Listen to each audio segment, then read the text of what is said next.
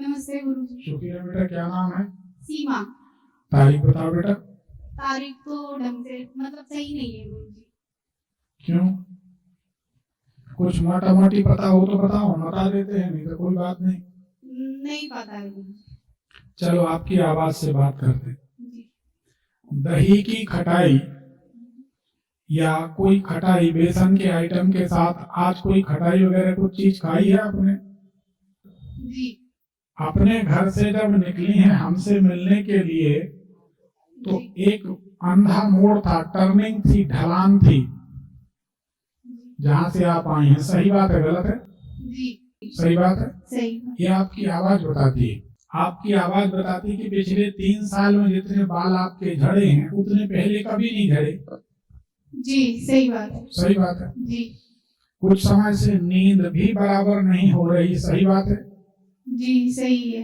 घर की और परिवार की बड़ी चिंता सता रही। सही बात है। सही है। क्या जानना चाहती हैं? अपने बारे में ही जानना था। तुम्हारे बारे में बताएंगे, पर क्या सवाल था? मतलब मेरी शादी को 3-4 साल हो गए हैं, उसमें बहुत दिक्कतें आ रही हैं। हमने वही कहा, घर परिवार को लेकर चिंता है, ठीक है। जी। क्या दिक्कत आ रही है? अलग अलग होने की बात चल रही है क्या? जी। तो इस साल हो जाओगे बेटा, 1 साल के अंदर होने का योग बन रहा है। अलग होने का। आप क्या चाहती, होना है कि नहीं होना? नहीं। तो आप नहीं चाहती, अगर बहू नहीं चाहती तो किसकी हिम्मत है घर में कोई अलग हो जाए? सास ससुर तो अलग होना चाहते नहीं है। तुम तो खोल के बताओ क्या चाहती हो, जो हमसे होगा मदद करेंगे। बोलो बेटा। मैं तो चाहती हूँ कि सब ठीक हो जाए। मतलब आप चाहती क्या हो उसमें? क्या आपका प्रश्न? आप माता जी को दे दो, हम तो जो दामाद है ना वो चाहते नहीं है। क्या? वो मतलब बातचीत भी नहीं करते, न फोन पाती कभी करते। वो यूपी में रहते हैं और हम लोग दिल्ली में हैं। अच्छा। हाँ, तो वही हम चाहते हैं कि कैसे ये दोनों मतलब रहे एक सुलह से। ठीक है, हो जाएगा। 15-16 दिन लगेंगे, हो जाएगा। और बताइए, हम बताते उपाय। बस यही है कि यही सुखी रहे अपने घर, ये दोनों सुखी रहे, बस वही है। आप तो जानते हैं आपकी पहले शादी हुई, इतने साल आपने जीवन गुजारे परिवार के साथ। अगर सुख से रहना है तो 2 बातें सुन लिए, कभी 2 बातें सुना लिए, ऐसे करके जीवन चलाया जाता है। शांति से काटेंगे तो समय कट जाएगा, कोई बड़ी बात नहीं। कुछ दिन साथ में रहते रहते लगाव सबको हो जाता है, सुख शांति हो जाती है, तो इसका ख्याल रखना चाहिए। चलो हम बता देते। और कोई सवाल है? नहीं। नदी के 2 किनारे, ये नदी है, एक किनारा ये है, एक किनारा ये, दोनों किनारे की मिट्टी ली जाए। इतनी इतनी मिट्टी हटा के, सूखी वाली, गीली मिट्टी नहीं लेती।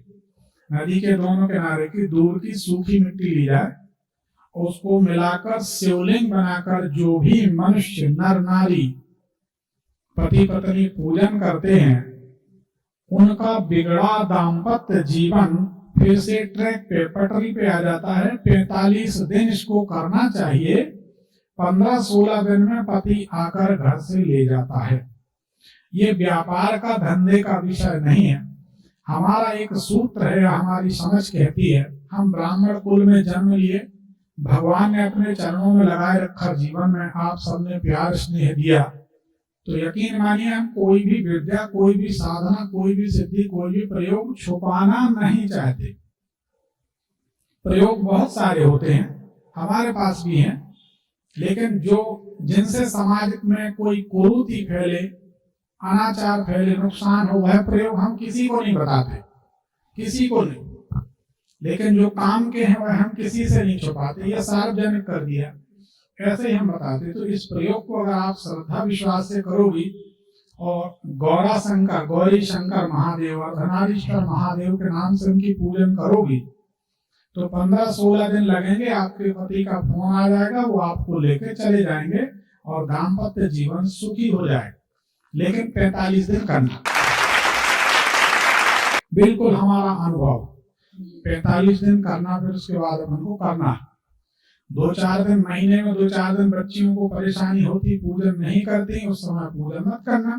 बाकी समय रोज पूजन किए और जल में विसर्जन कर दिए।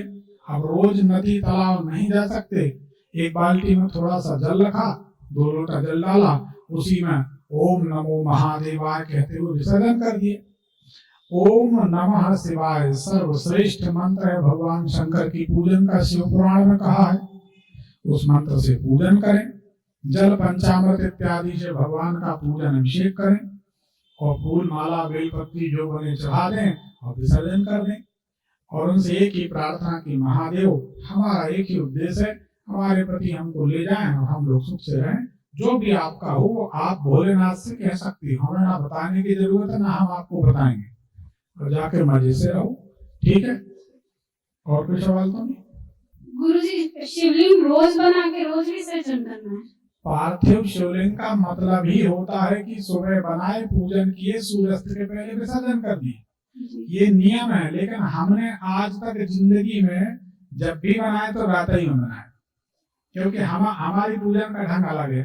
हम तो रात में बैठे पूजन करने, तो पता चला 2:30 बजे 3 बजे रात में बड़े भैया डॉक्टर हैं आके खटखटाते हैं पूजा घर, कमाल करते हुए 2:30 बज गए हैं रात के, ना खाए न पिए, उठो, हाँ भैया उठे, चल दिए, पूजन पाठ हो गए, भोजन कर लिए। तो हमारा थोड़ा अलग ढंग है, हमारा अलग तरीका। और दिन में जब घर में रहते तो सवेरे घर में पूजन कर लेते, नहीं तो रात दिन चलती रहती पूजन जब फ्री है तो रात में। वैसे भगवान शंकर की और भैरव जी की पूजन रात में, महाकाली की पूजन रात में 8 बजे के बाद करना चाहिए। लेकिन आपका मामला थोड़ा दूसरा है, आप दिन में पूजन करो, बाल्टी में विसर्जन कर दो, फिर दूसरे दिन बनाए, फिर पूजन किए, विसर्जन कर दिए। ठीक है, करके देखो बेटा, हमारा आशीर्वाद है, 15-16 दिन में तुम्हें ढूंढता हुआ जाएगा, कहाँ है नंबर, और ले जाए। ठीक, जा।